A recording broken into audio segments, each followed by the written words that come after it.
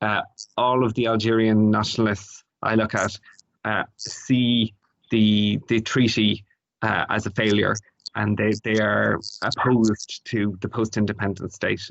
Like Fanon's kind of idea of the post-independence state being a sellout. So it's interesting because they sometimes have nice things to say about Collins, but they really do not agree with the treaty. Okay. Okay, I'm wondering whether there are questions.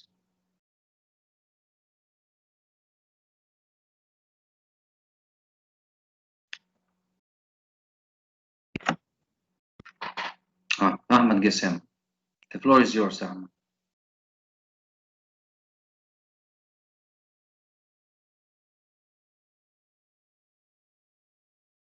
I would like to thank you for the presentation. We learned a lot about the relationship between Ireland. You probably need to speak up, Ahmed. Okay. So I would like to thank you for the presentation. We really learned a lot about the relationship between Ireland and Algeria. So I would like to draw on the relationship between North Africa and Ireland from an intercultural approach. I think that most historical encounters between North Africa and the Irish were positive, except for when it comes to the sack of Baltimore. So can you tell us a bit about the sack of Baltimore? Yeah, so I'm very happy to talk about that because Baltimore is one of my favorite places in Ireland. It's this beautiful village, about an hour and a half away from where I live, on the coast, and it was the whole history of it is quite interesting. So it was actually a settlement set up as a colony by the British at some point in the 17th century, I think, in an area that had once been a stronghold of Irish resistance to British rule. So when there was an attack staged by pirates that either came from Salé or from Algiers, it's not really clear, and they stormed the village and they kidnapped the population of the village. So it was one of the most northerly attacks by the Corsair boats that came from North Africa.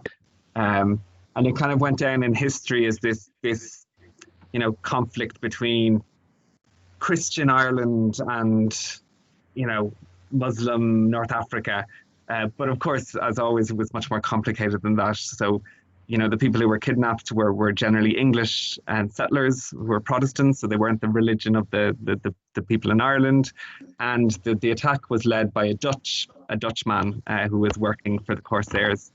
So it's part of this kind of history that simplistically is presented as this clash between Ireland and North Africa, but is actually a much more complicated history that brings together different types of colonialism and imperialism, English colonialism in Ireland, and also the fact that the early modern world was a world in which people of different origins mixed and worked together as well as having conflict. So, it was a Dutch man leading people possibly from Algeria and Morocco, but also probably from other parts of Europe, to raid a village in Ireland that was full of English people.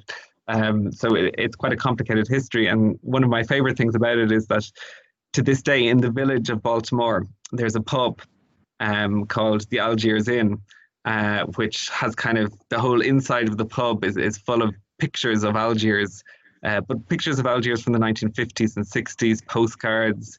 They have a little postcard with a Maqam Shaid in the middle of the bar, which obviously has nothing to do with pirates from the 16th century. But you still have a visit, I think it was 3 or 4 years ago, before I lived in Cork, of a delegation from Algeria that came to visit the village, and there was a documentary made on Irish language TV, so in Irish language, and also one made in Algeria.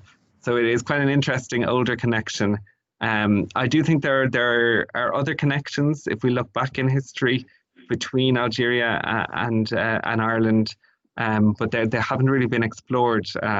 There's been, very recently a colleague of mine in our Irish language department discovered a document in the collections of a wealthy English family, which was a transliteration of Ibn Sina's texts about medicine from Arabic directly into Old Irish, so not into Latin or not into English.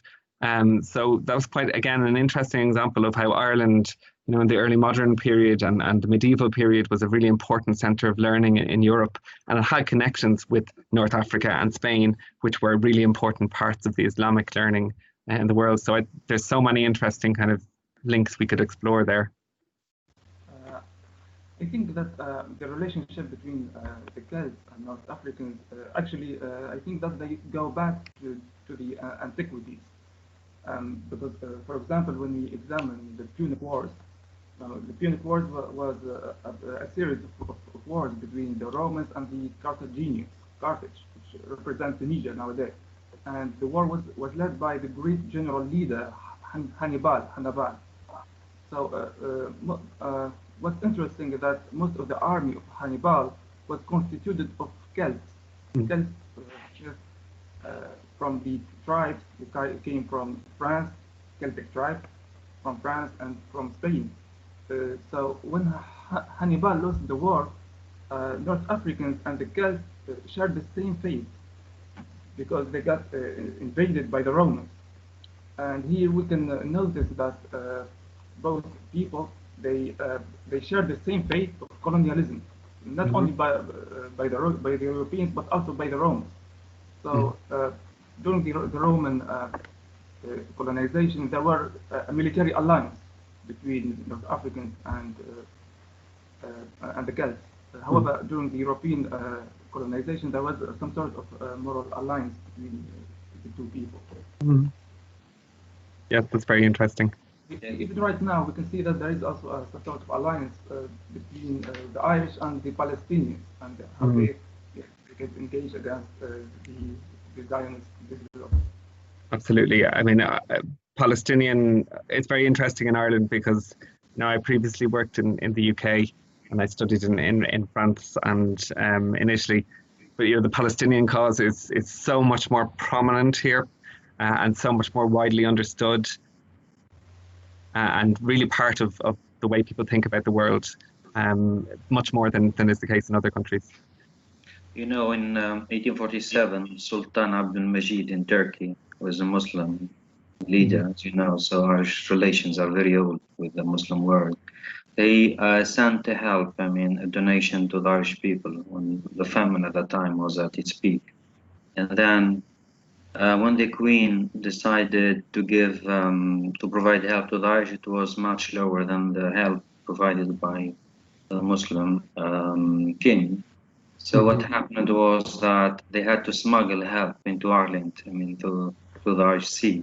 So you see, that's why now I understand the Irish, attitude, Irish government's, even government's attitude towards what is going on in Palestine. So I feel that there is somehow a kind of affinity between the Irish and the Muslims in general, which since there were, their relations were very old. They date back to many years.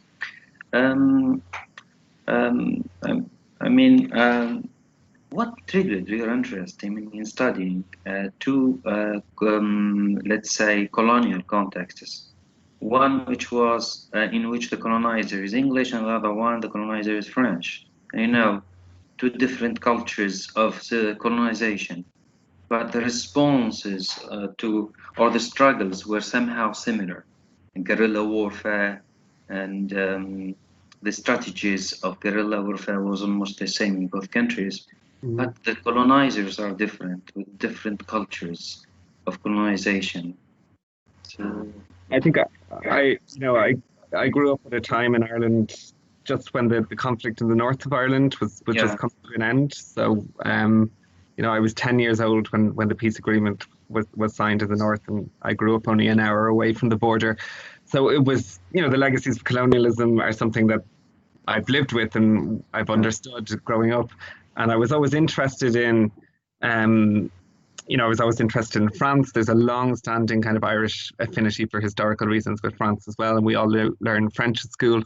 But I traveled to France when I was a child on holidays, and I'd always been interested in France, but I wanted to kind of look beyond that kind of Eurocentric idea of Ireland and France against England to see, to see what France was doing elsewhere, and what way Irish people understood that. And I've always thought it was, in Ireland, there's a tendency to make direct comparisons and to say what happened in Ireland was the same as what happened in India or in Algeria, and that's not true either. So I've always been interested in exploring how that's different, and why, why that was different. And some of it is to do with temporalities. So some of it was to do that Irish colonialism took place much earlier than say the French invasion of Algeria or indeed Tunisia. And some of it is to do with race, to do with the fact that Irish people, even though the British tried to portray them as lesser or whatever, they were still white. And there's a reason that during the famine in Ireland, people could emigrate to the US and Australia, etc. If that same famine on that same scale had taken place in Algeria, the Americans would not have allowed 1 million brown people who are Muslims to emigrate to America. So it's a different history, and race is really important to that. And today in Ireland, we're becoming a much more diverse society. We have far more Muslims in Ireland than we ever had before. And we can look at the positive parts of our history and say that's great. And we can, people are less naturally suspicious of people from different parts of the world. But at the same time, if we just say, oh, because Ireland was a colony, we can't be racist, then we deny the fact that there are lots of people in Ireland who are racist. So I think it's really interesting and important as Ireland becomes more diverse to discuss the complex nature of that history, and to say that just because we were a colony once doesn't mean we can't be racist today. And also to say that because we were a colony once, maybe we should have a better policy. Maybe we should try not to be as racist as the French government or as the British government. So that's part of the impulse, I think.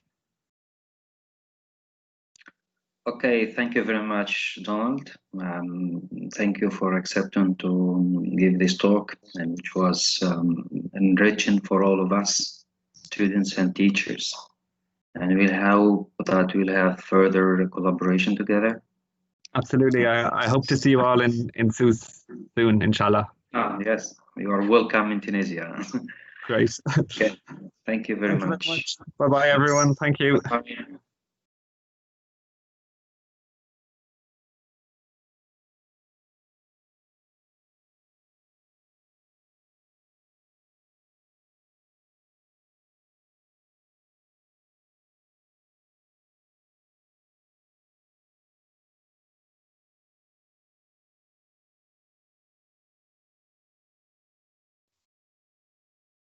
I guess